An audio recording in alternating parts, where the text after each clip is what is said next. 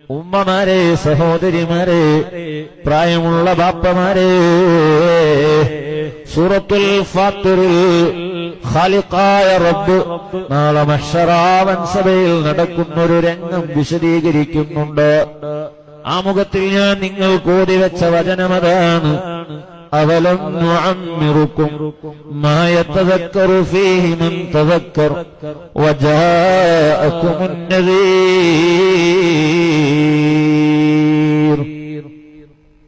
മഹ്ശറാവൻ സഭയിൽ ഖാലിഖായ റബ്ബ്, യജമാനനായ റബ്ബ് സൃഷ്ടികളോട് ചോദിക്കുന്നൊരു ചോദ്യമാണ് ആയത്തിൽ പരാമർശിക്കുന്നത്. സുബ്ഹാനല്ലാഹ്. ഉമ്മമാരെ, എന്റെ ശബ്ദം ശ്രവിക്കുന്ന ചെറുപ്പക്കാരെ, ഇന്ന് രാവിലെയും അതിരാവിലെ സുബ്ഹ് നമസ്കാരം കഴിഞ്ഞ് പത്രമെടുത്ത് തുറന്നു നോക്കിയപ്പോൾ ഒരു സൂചനയുമില്ലാത്ത വിധത്തിൽ വിദേശത്ത് വെച്ച് മരണപ്പെട്ട ചെറുപ്പക്കാരന്റെ ഫോട്ടോ നമ്മൾ കണ്ടതാണ്. തൊഴിലിനിടയിൽ റൂമിൽ വന്ന് വിശ്രമിച്ചതാണ്. വിശ്രമത്തിന്റെ സമയം കഴിഞ്ഞ് മടങ്ങി വരാതിരുന്നപ്പോൾ ആശങ്ക തോന്നി കൂടെയുള്ളവർ ചെന്ന് തട്ടി വിളിച്ചപ്പോൾ കിടക്കുന്നത് ഡെഡ് ബോഡിയായിട്ടാണ്, ജനാസയായിട്ടാണ്. ഇന്നും നമ്മൾ പത്രത്തിൽ കണ്ട വാർത്തയാണ്. എന്നാൽ ആഖിറത്തിൽ വരുമ്പോൾ അല്ലാഹു ചില ആളുകൾക്ക് ന്യായം പറയാനുള്ള അവസരം നൽകുന്നുണ്ട്, കാരണം ബോധിപ്പിക്കാനുള്ള അവസരം നൽകുന്നുണ്ട്. അതില്ലാത്തവരുമുണ്ട്. ഇല്ലാത്തവരെ കുറിച്ചാണ് ആയത്തിൽ പരാമർശിക്കുന്നത്. ഓ മനുഷ്യരെ, അവലം നുഅമ്മിറുക്കും, ഞാൻ നിങ്ങൾക്ക് ആയുസ് തന്നില്ലയോ, ഞാൻ നിങ്ങൾക്ക് അവധി തന്നില്ലയോ? മാ യതദക്കറു ഫീഹി മൻ തദക്കർ, ചിന്തിക്കാൻ ഉദ്ദേശിക്കുന്ന ഒരാൾക്ക്, പാഠം ഉൾക്കൊള്ളാൻ ഉദ്ദേശിക്കുന്ന ഒരാൾക്ക് പാഠം ഉൾക്കൊള്ളാൻ മാത്രമുള്ള ടൈം ഞാൻ നിങ്ങൾക്ക് തന്നിട്ടില്ലേ? ഞാൻ നിങ്ങൾക്ക് തന്നിട്ടില്ലേ? ആയുസ് തന്നില്ലേ? വജാഅകുമുൻ നദീർ, തന്നു എന്ന് മാത്രമല്ല, ഈ മഹ്ശറാവൻ സഭയെ കുറിച്ച് മുന്നറിയിപ്പ് നൽകുന്ന പ്രവാചകരെ തന്നു, ഖുർആന് തന്നു, സന്ദേശകരെ തന്നില്ലേ? എന്നിട്ട് ഇതൊന്നുകൊണ്ടും ഫലം ചെയ്യാതെ, ഇതിലൊന്നും പെടാതെ, ചിന്തിക്കാതെ താൻ തോന്നിയായി ജീവിച്ചവരല്ലേ നിങ്ങൾ? അതുകൊണ്ട് ഫദൂഖൂ ഫമാ ലിൽളാലിമീന മിൻ നസീർ. ഇവിടെ നിങ്ങൾക്ക് കാരണം പറയാനില്ല, കാരണം പറയാനുള്ള അവസരമില്ല. അതുകൊണ്ട് കഠിനമായ നരകശിക്ഷ രുചിച്ചുകൊള്ളുക തന്നെ. ഒരാളും ഇവിടെ സഹായത്തിനെത്തൂല്ല. ദായത്തിൽ പറയുമ്പോൾ ഈ പ്രായം എത്രയാണ് എന്ന് ചർച്ചയുണ്ട്. ചിന്തിക്കാൻ മാത്രം പറ്റുന്നൊരു പ്രായം നിങ്ങൾക്ക് തന്നില്ലേ? എന്നിട്ട് നിങ്ങൾ പാഠം ഉൾക്കൊണ്ടില്ലല്ലോ.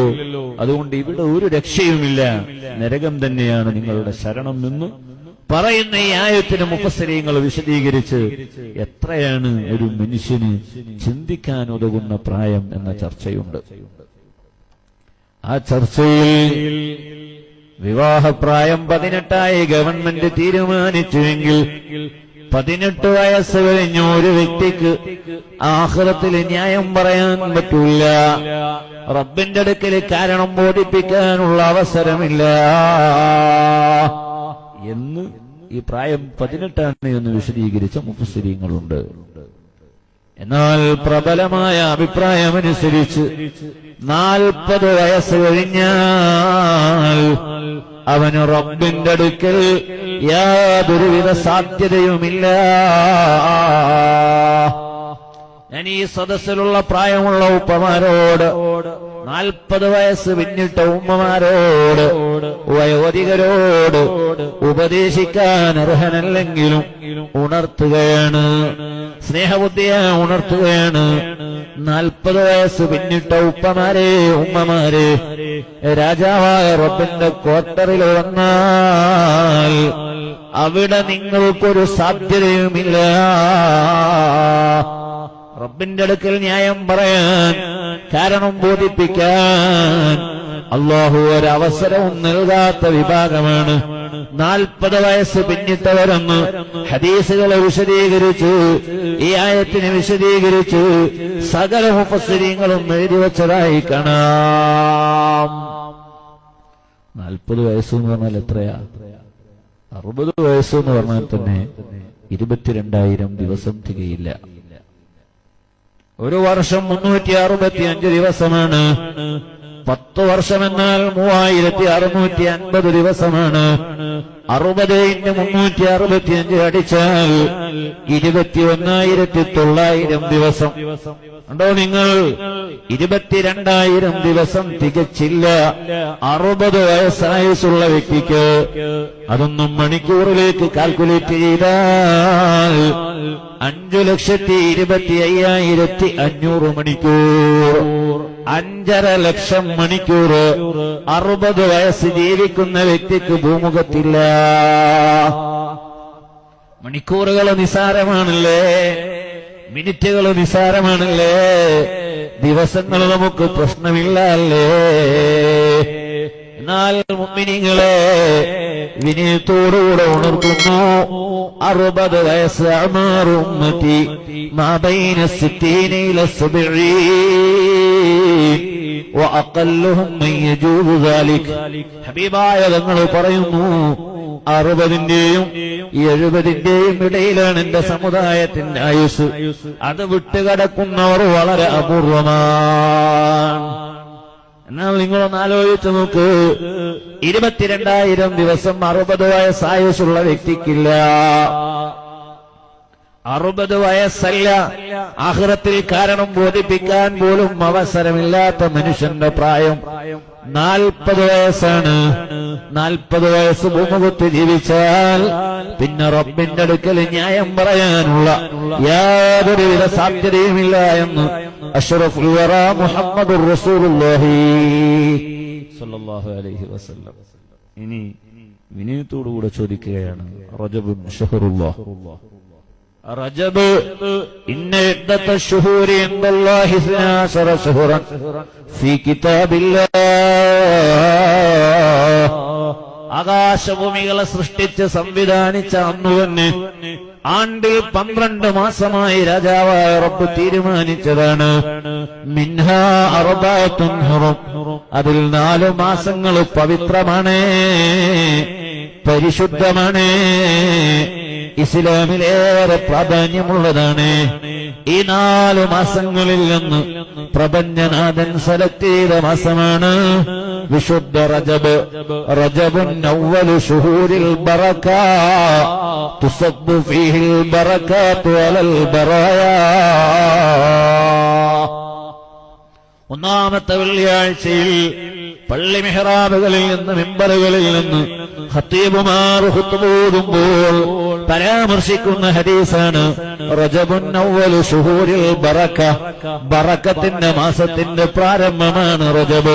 തുസബ്ബു ഫീഹിൽ ബറകാതു അലൽ ബറായ, സൃഷ്ടികൾക്ക് രാജാവായ റബ്ബ് ബറക്കത്ത് അരിക്കോരി ചൊരിഞ്ഞു നൽകുന്ന മാസമാണ്. ഈ മാസമാണ് അല്ലാഹുവിന്റെ മാസമെന്ന പേരിൽ അറിയപ്പെടുന്നത്. ഉമ്മമാരെ, ബാപ്പമാരെ, വഅളുകൾ കേൾക്കാൻ എന്തെല്ലാം അവസരങ്ങളാണ്, പഠിക്കാൻ എന്തെല്ലാം മാർഗങ്ങളാണ്. തന്റെ വീടിന്റെ ബെഡറയിലിരുന്ന് തനിക്ക് ഏറ്റവും ഇഷ്ടപ്പെട്ട പ്രവാചകന്റെ വായിൽ നിന്ന് തനിക്കറിയേണ്ട വിഷയമൊന്ന് ടൈപ്പ് ചെയ്താൽ വിഷയ സംബന്ധമായ പ്രഭാഷണങ്ങളെല്ലാം നിമിഷങ്ങൾക്കുള്ളിൽ നമ്മുടെ മുമ്പിലെത്തുന്നു. സ്വകാര്യതയുണ്ട്, ഏകാഗ്രതയുണ്ട്, ആളുകളുടെ ശല്യമില്ല, പഠിക്കാൻ അവസരമുണ്ട്. റജബിന്റെ മഹത്വം എത്രയോ നമ്മൾ കേട്ടതാണ്. എന്നാൽ വിനയത്തോടുകൂടെ ഞാനൊന്ന് ചോദിച്ചോട്ടെ, അല്ലാഹുവിന്റെ മാസമായ റജബ് വന്നതിന് ശേഷം റജബ് പിറന്നതിന് ശേഷം ഉമ്മമാരെ, ബാപ്പമാരെ, എത്രയാ നമുക്ക് പ്രശ്നങ്ങളുള്ളത്, എത്രയാ നമുക്ക് പ്രതിസന്ധികളുള്ളത്. രാജാവായ റബ്ബിന്റെ മുമ്പിൽ എണ്ണി എണ്ണി പറഞ്ഞ് ഞാൻ എന്റെ പ്രശ്നങ്ങൾക്ക് പരിഹാരം തരട്ടെ, ഞാൻ എന്റെ ആവലാദികൾ ആരുടെ മുമ്പിൽ ചെന്ന് കണ്ണു നിറഞ്ഞാലും, ആരുടെ മുമ്പിൽ ചെന്ന് പരിഭവപ്പെട്ടാലും റിസൾട്ട് രാജാവിന്റെ കോടതിയിൽ നിന്ന് വരണം, യജമാനനായ അല്ലാഹുവിൽ നിന്ന് വരണം. ഞാൻ എന്റെ യജമാനനായ റബ്ബിലേക്കൊന്ന് കൈയുയർത്തട്ടെ, എന്റെ വിഷമങ്ങളൊന്ന് ഷെയർ ചെയ്യട്ടെ, എന്റെ ആവശ്യങ്ങളൊന്ന് നേടിയെടുക്കട്ടെ എന്ന തോതിൽ എത്ര പേർ അല്ലാഹുവിലേക്ക് കൈയുയർത്തിയവരുണ്ട്, എത്ര പേർ അല്ലാഹുവിലേക്ക് തിരിഞ്ഞവരുണ്ട്. മുഅ്മിനീങ്ങളെ, വിനയത്തോടുകൂടെ ഉണർത്തുകയാണ് ഞാൻ. ഇത് പരിശുദ്ധ മാസമാണ്, വിശുദ്ധ റജബ്. എണ്ണപ്പെട്ട ദിവസങ്ങൾ കഴിഞ്ഞാൽ ഹബീബായ തങ്ങളുടെ ഏറ്റവും വലിയ മോചിതത്തെന്നു പോലും ഇമാമിങ്ങൾ എഴുതി വെച്ച ഇസ്റാ മിഅ്റാജിന്റെ രാവ് വരികയാണ്.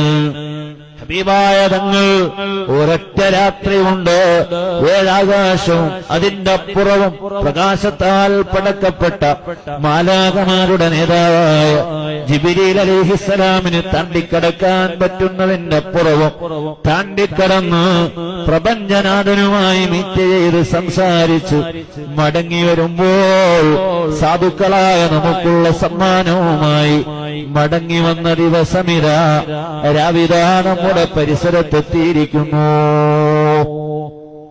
എന്നാൽ റജബൊന്ന് ആഗതമായതിന് ശേഷം നിസ്കാരം കളാകാത്തവർ എത്ര പേരുണ്ട് നമ്മുടെ കൂട്ടത്തിൽ? ഖുർആനൊന്ന് പാരായണം ചെയ്തു തുടങ്ങിയവർ എത്ര പേരുണ്ട് നമ്മുടെ കൂട്ടത്തിൽ? ഞാനൊന്ന് റമളാനിലേക്ക് ഒരുങ്ങട്ടെ എന്ന് കരുതി ഹസൻ ബസരി തങ്ങൾ പറഞ്ഞതുപോലെ ഇത് വിത്തിറക്കേണ്ട മാസമാണല്ലോ, ഞാനൊന്ന് വിത്തിറക്കട്ടെ എന്ന് പറഞ്ഞ് ഒരു ഖത്മ തുടങ്ങിയവർ എത്ര പേർ നമ്മുടെ കൂട്ടത്തിലുണ്ട്? നിങ്ങൾ ആലോചിച്ചു നോക്ക്. ഇന്ന് ഈ സദസ്സിലുള്ള എത്ര പേർ ഈ മൊബൈൽ ഫോണിന് വേണ്ടി എത്ര സമയം ചെലവഴിച്ചിട്ടുണ്ടാവും?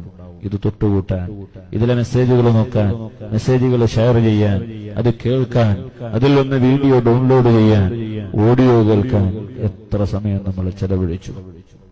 എന്നാൽ ഖൈറുൽ കലാമി കലാമുല്ലാഹ്, സംസാരങ്ങളിൽ വെച്ച് ഏറ്റവും ഖൈറായത് രാജാവായ റബ്ബിന്റെ വചനങ്ങളാണ്, അല്ലാഹുവിന്റെ കലാമാണ്. ഒരു 10 മിനിറ്റ് നേരം 1440 മിനിറ്റിൽ ഒരു 10 മിനിറ്റ് റബ്ബിന്റെ കലാമ് ഞാനൊന്ന് ഓതട്ടെ, അല്ലെങ്കിൽ അല്ലാഹുവിന്റെ കലാമ് ഞാനൊന്ന് കേൾക്കട്ടെ എന്ന് ചിന്തിച്ച് സമയം കണ്ടെത്തിയവർ എത്ര പേരുണ്ട് നമ്മുടെ കൂട്ടത്തിൽ? ആലോചിച്ച് നോക്ക് നിങ്ങൾ. ഈ അടുത്ത് അല്ലാഹുവിന്റെ അനുഗ്രഹം കൊണ്ട് ഉംറക്ക് പോകാനുള്ള അവസരം ലഭിച്ചു. ഒരു 10-20 ദിവസം മുമ്പ് മദീന ശരീഫിലാണ്. അവിടെ റൗളയുടെ ചാരത്തുള്ള ഗേറ്റിനോട് ചേർന്നൊരു മ്യൂസിയമുണ്ട്, വിശുദ്ധ ഖുർആനിനെ കുറിച്ച് പരിചയപ്പെടുത്തുന്ന മ്യൂസിയം. അവിടെ ലോകത്തിലുള്ള ഏറ്റവും വലിയ മുസ്ഹഫ് ഉണ്ടായിരുന്നു. ഇന്ന് ആ സ്ഥാനത്ത് പാകിസ്ഥാനിൽ ജീവിച്ചുകൊണ്ടിരിക്കുന്ന അമീറ ഖാൻ എന്ന പേരിലുള്ള ഒരു വനിത എഴുതി ഉണ്ടാക്കിയ ഒരു മുസ്ഹഫ് പ്രദർശനത്തിന് വേണ്ടി വെച്ചിട്ടുണ്ട്. എന്താണ് അതിന്റെ പ്രത്യേകത? 10 വള്ളിങ്ങളിലായി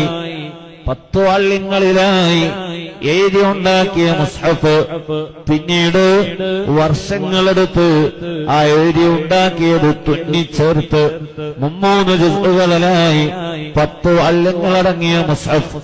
മാഷാ അല്ലാഹ്, 15 വർഷമെടുത്തു ആ സഹോദരിക്കത് എഴുതി തീർക്കാൻ. 17 വർഷമെടുത്തു ആ എഴുതിയതൊന്ന് തുന്നിച്ചേർക്കാൻ.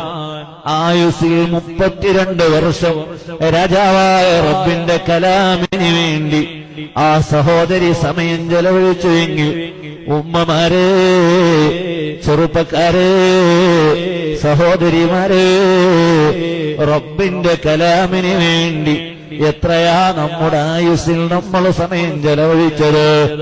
നോക്കൂ നിങ്ങൾ.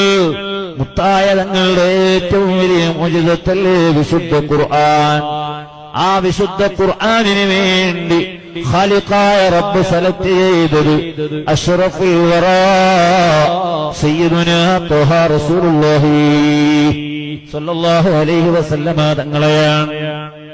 ഏറ്റവും നല്ല പ്രവാചകർ എന്നല്ല, സൃഷ്ടികളിൽ വെച്ച് തന്നെ ഏറ്റവും ഉത്തമരായ സൃഷ്ടിയെയാണ് ഖുർആനിന് വേണ്ടി റബ്ബ് സെലക്ട് ചെയ്തത്. എന്നാൽ ഖുർആൻ എത്തിച്ചു കൊടുക്കാൻ വേണ്ടി സെലക്ട് ചെയ്ത മാലാകയോ അത് മലക്കുകളുടെ നേതാവ്, ഏറ്റവും പുണ്യമുള്ള മാലാക മലക്ക് ജിബ്രീൽ അലൈഹിസ്സലാം. ഏറ്റവും നല്ല പ്രവാചകന് കൊടുത്തത്, കൊടുക്കാൻ വേണ്ടി തീരുമാനിച്ചതോ വഹീന്റെ സന്ദേശക നായകൻ ഏറ്റവും നല്ല മലക്കാൻ. എന്നാൽ ഖുർആൻ അവതരിപ്പിച്ച മാസമോ അത് ഏറ്റവും പവിത്രതയുള്ള സയ്യിദുശ് ശുഹൂറാണ്, മാസങ്ങളുടെ നേതാവാണ്.